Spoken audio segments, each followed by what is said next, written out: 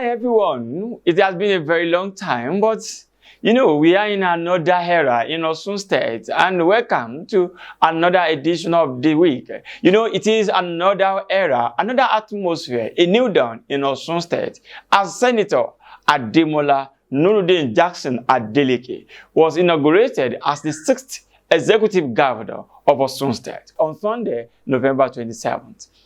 Yes, you can see some of the pictures and some of the videos there. It was a very well-attended program. As you can see, we had several thousands of Osun people and Nigerians, and we have several dignitaries from across the globe attending that program.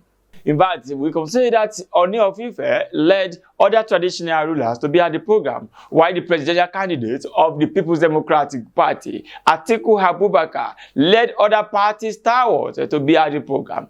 Governors, captains of industries, and several other people were at the program that was held at the Osogbo Township Stadium in Osogbo on November 27th. In his address, the governor actually made 5 executive orders in his speech. He said, number 1, that he was reversing at the state of Osun matter to Osun State. That state of Osun was introduced by former governor Rauf. He also said that all correspondences, signals, and every other thing that has to do with Osun State must reflect Osun State and not state of Osun, as it has been in the last 10 years plus when Ademola introduced it. He also said that he was going to inaugurate a panel to look at the assets and the abilities of the state. He also cancelled all the appointments made by former governor Mr. Boyega between July 17th, after he was declared governor, and September 26th. You will recall that Governor Boyega on Thursday, November 24th, actually sworn in 30 permanent secretaries. And then some people were asking that, no, Mr. Governor, wait. You were there. You have been on this seat for 4 years. You appointed around 5 permanent secretaries during this period. And then about 24 hours to your, to the last day, your last day in the office, you're appointing 30 permanent secretaries. Wait a minute. Where have you been since all these days? Who actually minded you that you needed all these appointments?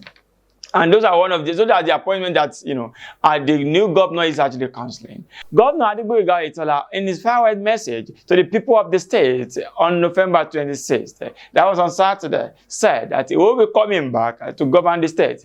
He said he's going to reclaim his mandate for our courts. You remember that the tribunal still continues in Osogbo, and we'll continue to look at that. But he also said something that are so important. One of them that he said was that he was leaving 14 billion naira in the covers of the state. He also said he has approved the payment of salaries of November, but it has not been paid. He also said that in some months or some weeks before the end of December, that some money will also come into the covers of Osun. 2 billion naira, another 2 billion naira, making 4 billion naira. Now the state should be expecting in the next 6 weeks. Let me say 6 weeks. But the government of Oyetola did not set up a transition committee, so we cannot verify this until when this government actually shows us what it means on ground. We hope that they are going to be transparent, and then they are going to, show the people of Osun what they actually mean on ground, and not trying to cover up things as they are.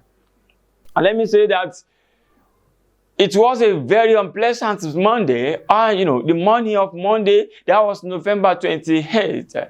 A day after, just today, it has been a very unpleasant story from Osogbo, the state capital. As hoodlums took over some part of Osogbo, there has been the motor parks, the transport, have started infighting, and it's now affecting the peaceful atmosphere the people are enjoying. Remember that after this inauguration, people have been saying that there are going to be, a kind of power change in the transport union. And then instead of them to have it peacefully, they started throwing the peace we enjoy in Osun to the gutter. We asked them what they actually want to achieve with this. And we believe that the governor will look into this and tame this, because if these are the early signs of his administration, the people of the state will be wary of the kind of government he's bringing on board. On that note, I'll go on a very short break. When I'm back, I'll be talking about what is happening at the national stage. The presidential candidate of the All Progressives Congress, Asiwaju Bola Ahmed Tinubu, actually made another bomb last week. I'll be right back.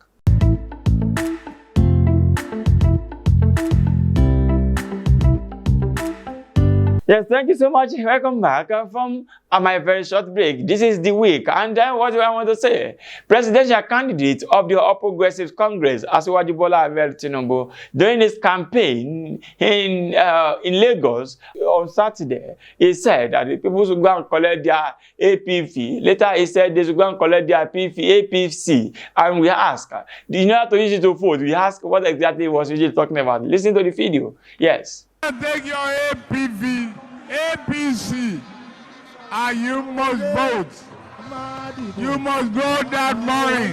Yes, that was the presidential candidate of the All Progressives Congress. And I want to say that as we are approaching the next general election that is coming up in just less than 100 days, please ensure you vote and not fight.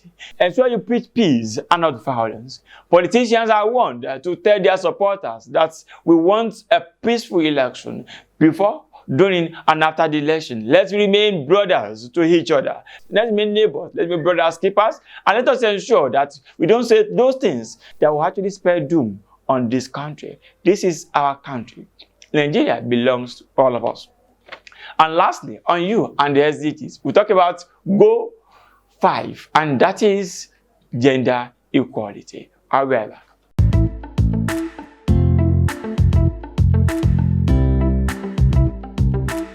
Welcome back to you and the SDG.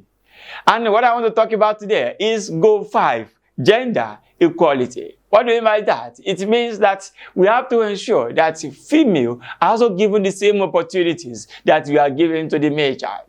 We also ensure that we give our female opportunity to perform at the public spaces. Let's ensure that they are protected to perform in political spaces, in governance and democracy. We should ensure that they are not discriminated against in the way we actually do our things. And that is very important because there is no way we can do it. In Nigeria, we have never had a female governor. But now we have one female that is a governorship candidate of APC, that is in Ademola State, Senator Aisha Binani. We believe that the women also have the capacity to do this, and we should ensure that we give them, the same platform. Let's give them the same platform that we give the male counterparts in order to have a better and prosperous country. And those are some of the targets that the SDG aims at achieving before 2030. And then I want to say thank you for being part of today's show. Bye for now. My name is Jare Tiamiyu.